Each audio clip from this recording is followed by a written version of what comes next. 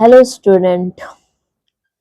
आपको पता है कि जैसे हमने एनसीईआरटी का क्लास 9th का जो फर्स्ट चैप्टर था पालनपुर वाली स्टोरी जो हमने कल कंप्लीट किया है, उसमें हमने आपको पहले ही बताया था कि ये वीडियो जो मेरा है जो आपको मैं स्टोरी का बता रही हूँ, जो पढ़ा रही हूँ एनसीईआरटी का, वो एक तरह से ओवरव्यू है। जब आप इसको वीडियो को देख के अपनी बुक को रीड करना स्टार्ट करेंगे देन आपको बहुत हेल्प होगी, जिससे आपको कुछ ऐसे भी एनसीईआरटीज के वर्ड्स हैं, वोकैब्स हैं, जिनको आपको समझने में प्रॉब्लम होगी। लेकिन अगर आप वीडियो को देखकर रीड करने की कोशिश करते हैं, ट्राई करते हैं, तो आपको प्रॉपर वो जो भी बुक का चैप्टर है आपको प्रॉपर अंडरस्टूड आप हो जाओगे उसको लेके। ठीक है, तो जैसे हमने पालनपुर स्टोरी को कल कंप्लीट किया था फर्स्ट चैप्टर, वैसे ही हमारा सेकंड चैप्टर है people as a resource.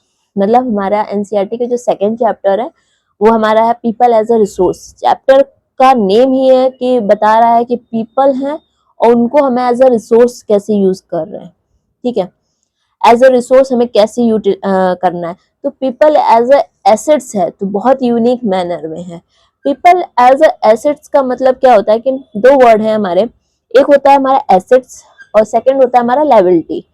Assets का मतलब क्या होता है कि जैसे कि आपको फॉर एग्जांपल मैं आपको एक्सप्लेन करती हूँ कि अगर आपने कोई फैक्ट्री ओपन करी कोई प्रोडक्ट मैन्युफैक्चर करने के लिए, अगर आप कोई प्रोडक्ट मैन्युफैक्चर करने के लिए एक फैक्ट्री को ओपन करते हो, देन उस प्रोडक्ट को मैन्युफैक्चर करके सेल करके ट्रेड करके आप उससे अगर आप उससे मनी या प्रॉफिट गेन करते हो तो वो आपका एसेट्स है। ठीक, और वहीं पर उसी फैक्ट्री में आपकी आप जिसमें प्रोडक्ट मैन्युफैक्चर कर रहे हो उसी में अगर आपकी कोई मशीन रखी है, ठीक है, उससे आप प्रोडक्शन नहीं कर पा रहे हो, मतलब खराब भी कह सकते हो, रखी है इसका यूटिलाइज नहीं कर रहे हो आप, तो हम उसको लायबिलिटी कह सकते हैं। मतलब अगर आपसे उस चीज से मशीन से या किसी चीज से आपको उससे प्रॉफिट गेन हो रहा है, ठीक है, तो वो आपका एसेट्स है। अगर आपको उससे कोई भी प्रॉफिट गेन नहीं हो रहा है, एक बोझ की तरह आपके पास रखा है वो, तो वो आपकी क्या है, लायबिलिटी है। ठीक है, जैसे हमें नॉर्मल भी हमें ह्यूमंस में कहा जाता है कि आपको एसेट्स बनना है ना कि लायबिलिटी बननी किसी की। ठीक है, तो यही चीज है। तो एसेट्स और लायबिलिटी में डिफरेंस आपको आई होप आपको समझ में आ गया होगा कि एसेट्स क्या होते हैं और लायबिलिटी क्या होती है।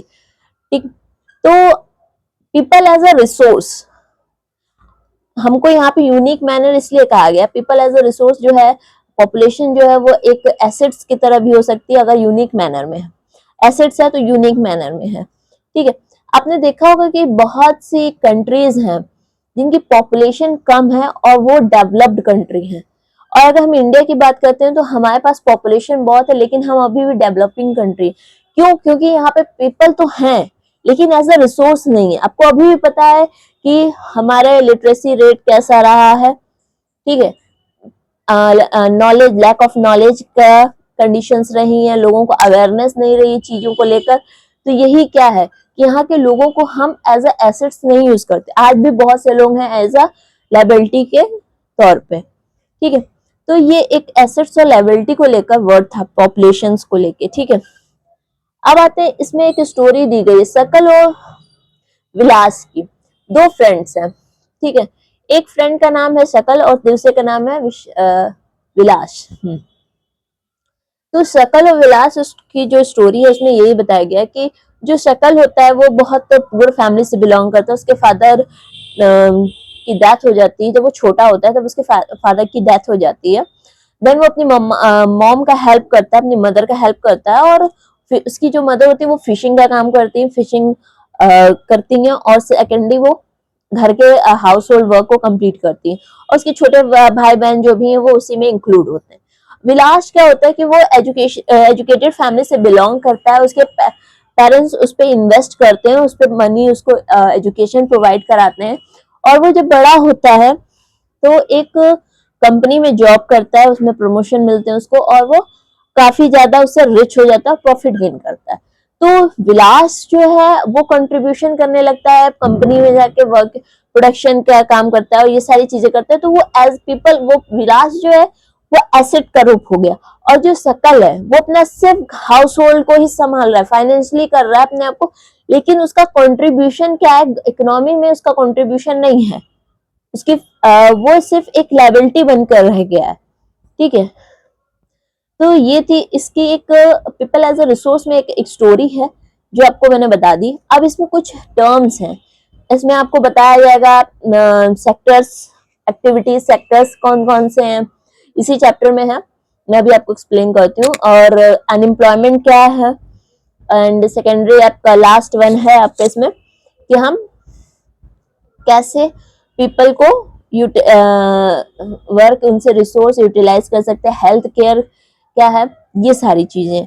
तो इसमें जो था हमारा ये पीपल वाला पॉपुलेशन जो था, population as a asset in a unique manner, अगर यूनिक मैनर में एसेट बन के पीपल है, पॉपुलेशन है हमारी, तो हमारी कंट्री के लिए बहुत ज्यादा प्रॉफिटेबल होगा।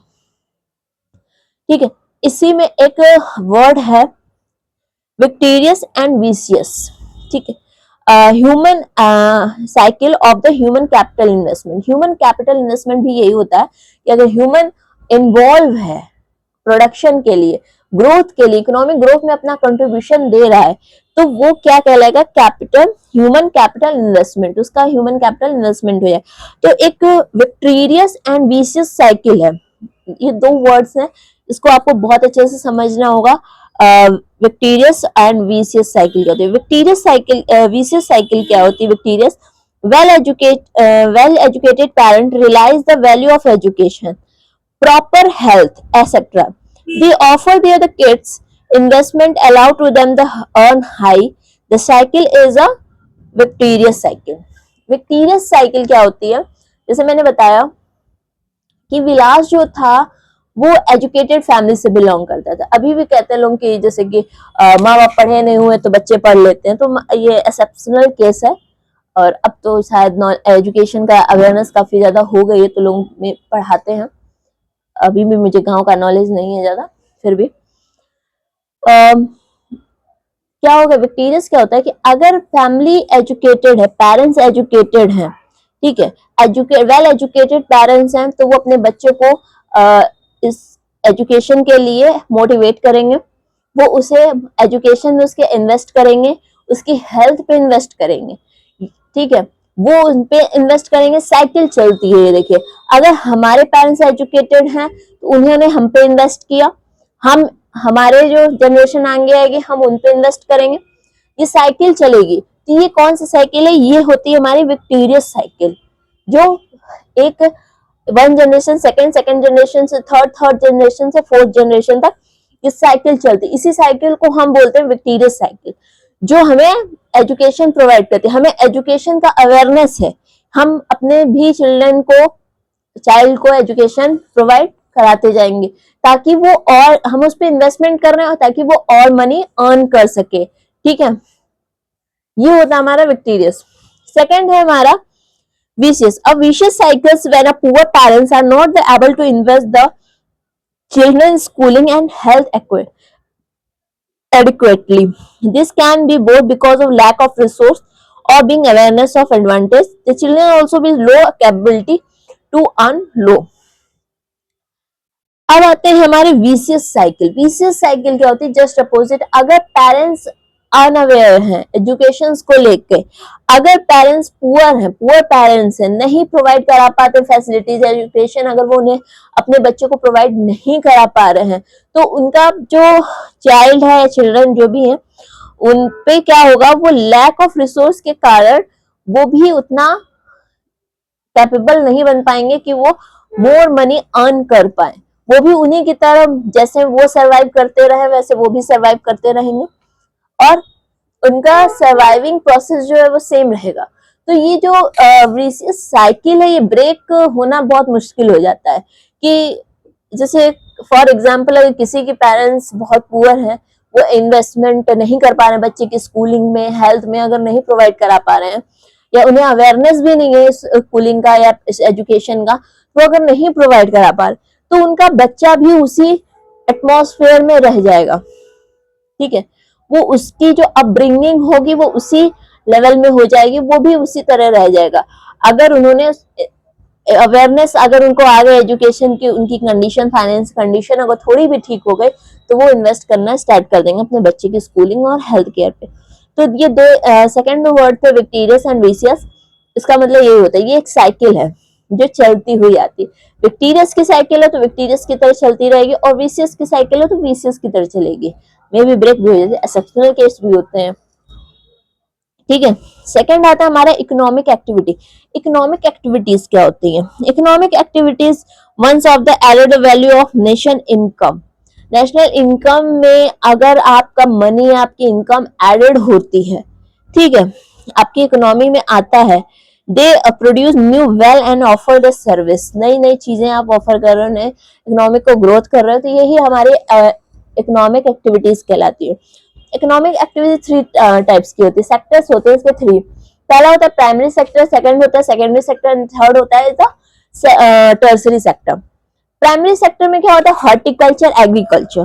प्राइमरी सेक्टर में हॉर्टिकल्चर और एग्रीकल्चर ये दो होते हैं। इसमें क्या होता है कि हमारी जो बैकबोन है, मैंने फर्स्ट पालनपुर स्टोरी में बताया था कि बैकबोन, इंडिया की बैकबोन एग्रीकल्चर ही रहा। जब हम इंडिपेंडेंट हुए थे 1947, जब इंडिपेंडेंट हुए थे, तो हमारा फोकस पूरा प्राइमरी सेक्टर पे था, मतलब हमारे पास एग्रीकल्चर ही हमारा बैकबोन बना हुआ था उस टाइम, क्योंकि उस टाइम पे हमारे पास कुछ था नहीं एग्रीकल्चर के अलावा, हम उस टाइम पे यही कर सकते थे। ठीक, फिर हमारा है सेकेंडरी सेक्टर। सेकेंडरी सेक्टर में हम क्या करते हैं कि इंडस्ट्रीज को लाते हैं, जो भी हमारी प्रोडक्ट मैन्युफैक्चर करते हैं, जो भी हमारा प्रोडक्शन होता है मैन्युफैक्चरिंग इंडस्ट्रीज से, वो हमारा सेकेंडरी सेक्टर में आता है। टर्सरी सेक्टर में हम सर्विस सेक्टर को कहते हैं। सर्विस सेक्टर जैसे कि डॉक्टर है, लॉयर है, पुलिस है, आर्मी है, ये लोग का क्या करते हैं, ये हमें सर्विस प्रोवाइड करते हैं, तो ये टर्सरी सेक्टर में आते हैं। तो थ्री सेक्टर्स होते हैं हमारी economy, primary, secondary and tertiary. दो और है, टर्सनरी एंड क्वाटरनरी। अभी आपकी इस चैप्टर में सिर्फ तीन के बारे में बताया गया, primary, secondary and tertiary. Primary agriculture को फोकस करता है, सेकेंडरी आपका इंडस्ट्री सेक्टर को इन्वॉल्व कर कंट्रीब्यूट करता है, and tertiary is service sector को करता है। ठीक है, सर्विस प्रोवाइड करना, ट्रांसपोर्ट वगैरह का जो भी काम होता है आपका सर्विस सेक्टर में होता है।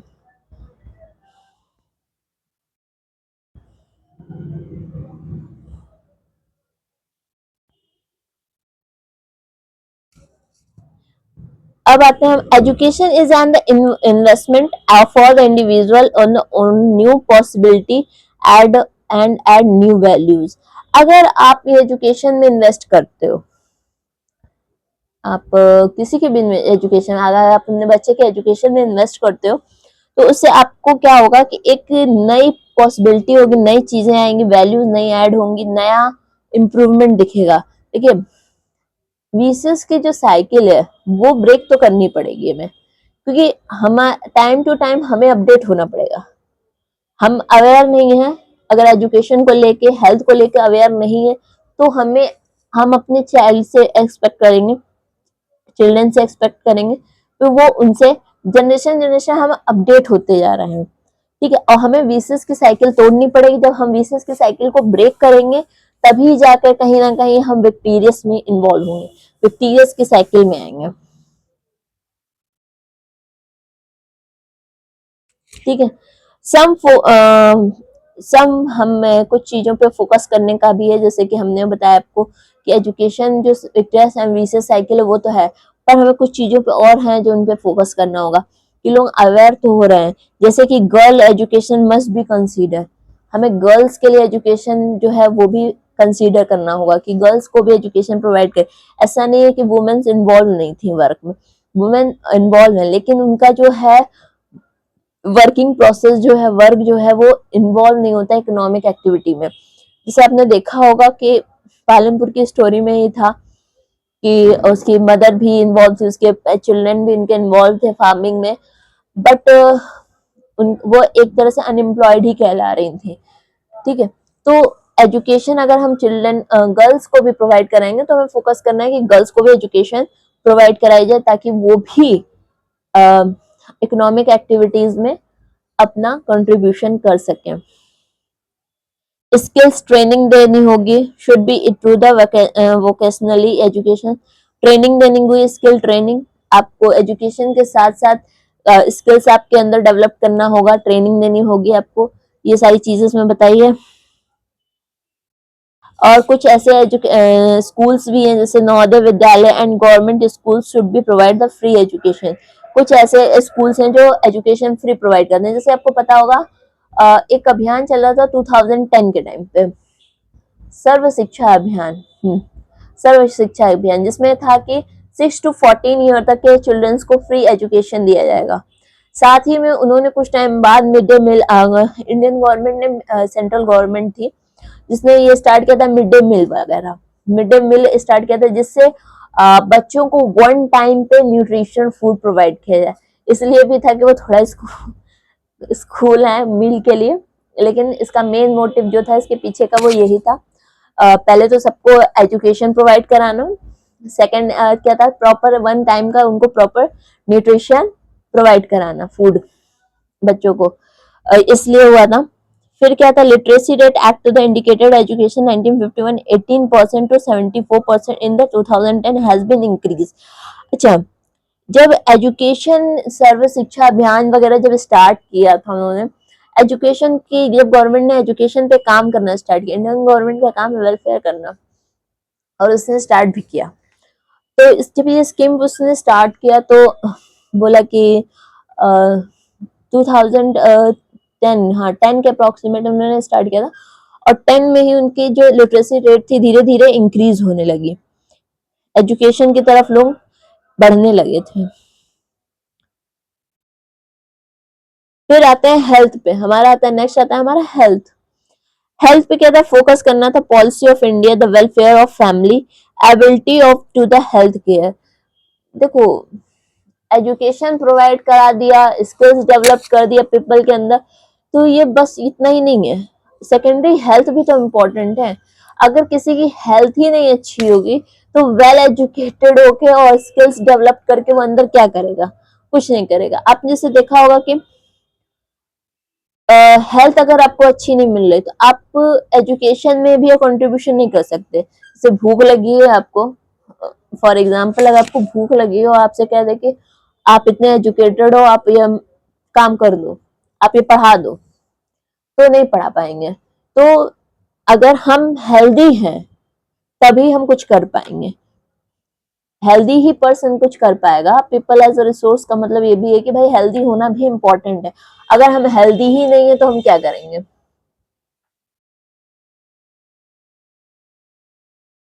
ठीक है, nutrition every individual, building the good health infrastructure. देखिए, गुड हेल्थ होना चाहिए। गुड हेल्थ का मतलब ये नहीं कि हम जिम जाके बॉडी बिल्डिंग कर रहे हैं, बॉडी बना रहे हैं, ऐसा कुछ नहीं। गुड हेल्थ का मतलब है कि आप प्रॉपर वेल हो, ठीक हो, आपसे कोई काम कहे कर सको, आप फैमिली आपकी वेलफेयर कर सको, आप अच्छे से अपना इकोनॉमिक एक्टिविटी में कंट्रीब्यूशन दे सको विदाउट एनी डिस्टर्बेंस। ठीक है, सेकेंड आता है हमारा अनएम्प्लॉयमेंट, लास्ट है हमारा अनएम्प्लॉयमेंट इस चैप्टर में। अनएम्प्लॉयमेंट क्या होता है, अनएम्प्लॉयमेंट होता है कि बेरोजगार है। अब कह दो कि 10 ईयर या 12 ईयर का बच्चा है, कुछ कर नहीं रहा, बैठा है घर में, तो वो अनएम्प्लॉयड है? नहीं, अनएम्प्लॉयमेंट की भी एक एज है कि अगर आप 15 प्लस है, 15 18 प्लस है, तो अगर आप कोई काम नहीं कर रहे हो तो आप अनएम्प्लॉयड हो। ठीक है, ये नहीं कि आप 10 ईयर का ओल्ड बच्चा है उसको बोल रहे भाई तुम वर्क नहीं कर रहे हो तो तुम अनएम्प्लॉयड हो गए, नहीं। 15 के बाद का जो बच्चा है, 15 to 59 तक का, इस एज के जो भी पर्सन है, अगर वो जॉब नहीं कर रहे हैं या अर्निंग नहीं कर रहे हैं, अपना कंट्रीब्यूशन नहीं कर रहे हैं इकोनॉमिक एक्टिविटी में, तो वो हमारे कहलाते हैं अनएम्प्लॉयड। ठीक है, बच्चे से एक्सपेक्ट नहीं करेंगे। अनएम्प्लॉयमेंट तो कई तरह के होते हैं, जैसे होता है urban employment, mainly education unemployed the population urban area. देखा होगा एजुकेटेड पर्सन हो के भी अर्बन एरियाज में अनएम्प्लॉयड है।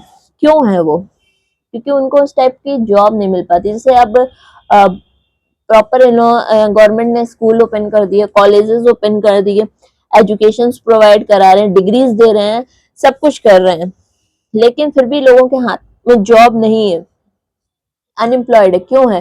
क्योंकि पॉपुलेशन इतनी ज्यादा हो गई है कि हम जगह ही नहीं है कि लोगों को जॉब दें। गवर्नमेंट क्या है, पॉपुलेशन इतनी ज्यादा है कि प्लेस ही नहीं है जॉब हो। आपने देखा होगा कि प्यून वगैरह की वैकेंसी भी आती है तो PhD प्लस वाले जाते हैं जॉब करने। क्या है, अनएम्प्लॉयड होने से बेटर है कि हम कहीं एम्प्लॉयड हो जाएं, लेकिन उनके एजुकेशन के अकॉर्डिंग उनको जॉब नहीं मिल रही है, इसलिए वो अनएम्प्लॉयड है, वैकेंसीज नहीं आ रही है उनको, ये है अनएम्प्लॉयमेंट। अर्बन एरिया में ज्यादा देखा जाता है कि एजुकेटेड होने के बाद भी वो अनएम्प्लॉयड है, तो ये वजह यही है कि उतनी वैकेंसीज नहीं आ रही, उनको जगह नहीं मिल रही है जॉब करने की, इस वजह से। फिर रूरल एरिया में अनएम्प्लॉयमेंट क्या होता है, जैसे कि रूरल एरिया में क्या होता है कि फीमेल्स को, मैंने जैसे कहा कि फीमेल्स वगैरह जॉब कर रही हैं, जॉब क्या कर रही हैं, वो अपने फील्ड है अपना, उसमें जाती हैं, जॉब काम करती हैं, घर में खाना बनाती हैं, काम करती हैं, बट उसके बदले उन्हें कोई अर्निंग वगैरह तो मिलती नहीं है, तो वो क्या करती है, वो उस तरह से, एक तरह से वो अनएम्प्लॉयड है। ठीक है, खेत में जाती है, सुबह से शाम काम करेगी, लेकिन फिर भी उसको कुछ उसके बदले अर्निंग नहीं हो रही है, वही वो खाना, वही खेत, वो दूसरे के घर में जाके दूसरे के घर पे खाना बनाए, उसके बदले उसको पेमेंट मिलेगा, उसके बदले उसको सैलरी मिलेगी, आप उसको देखेंगे सैलरी मिलेगी, उससे उसमें वो अपना काम कर सकती है और फाइनेंशियली वो इंडिपेंडेंट हो जाएगी एक तरह से।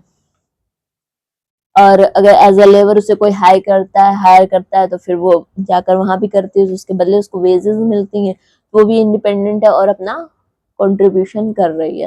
लेकिन वो अगर घर के कामों में इन्वॉल्व है, घर पे खाना बना रही है, तो उसको घर पे खाना बनाने का ना तो ना तो पेमेंट मिल रही ना कुछ, तो वो एक तरह से अनएम्प्लॉयड वुमेन ही है। ठीक है, फिर आते हैं डिस्गाइज्ड अनएम्प्लॉयमेंट। डिस्गाइज्ड अनएम्प्लॉयमेंट क्या होता है,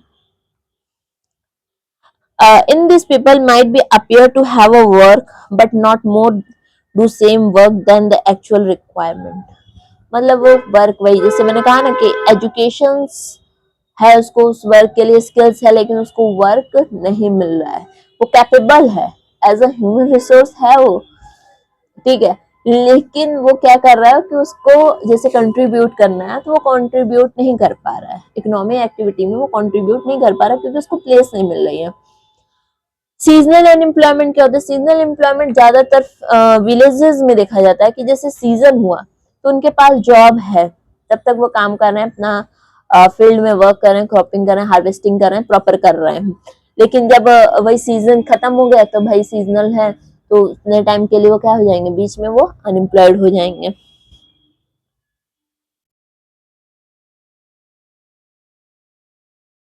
ठीक है, तो यही थी आपकी चैप्टर, ये आपका चैप्टर यहाँ पे कंप्लीट होता है, पॉपुलेशन एज अ रिसोर्स।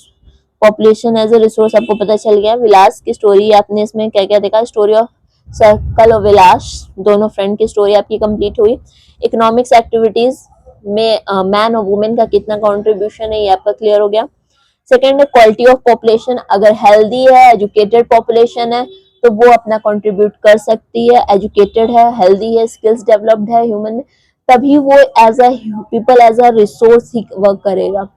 ठीक है, ह्यूमन कैपिटल इन्वेस्टमेंट कहलाएगा। देख, ठीक है, और लास्ट है हमारा अनएम्प्लॉयमेंट। अनएम्प्लॉयमेंट क्या होता है आपको मैंने बता दिया। तो जो आपका ये चैप्टर है people as a resource, second chapter, आपको इसमें यही टर्म्स हैं, यही वर्ड वोकैब्स मिलेंगे जिसका आपको मैंने बता दिया, ओवरव्यू आपको दे दिया। अब आप इसके बुक को अगर रीड करेंगे, इस चैप्टर को रीड करेंगे, तो आपको इसमें हेल्प हो जाएगी। आई होप कि आपको समझ में आया हो। Thank you.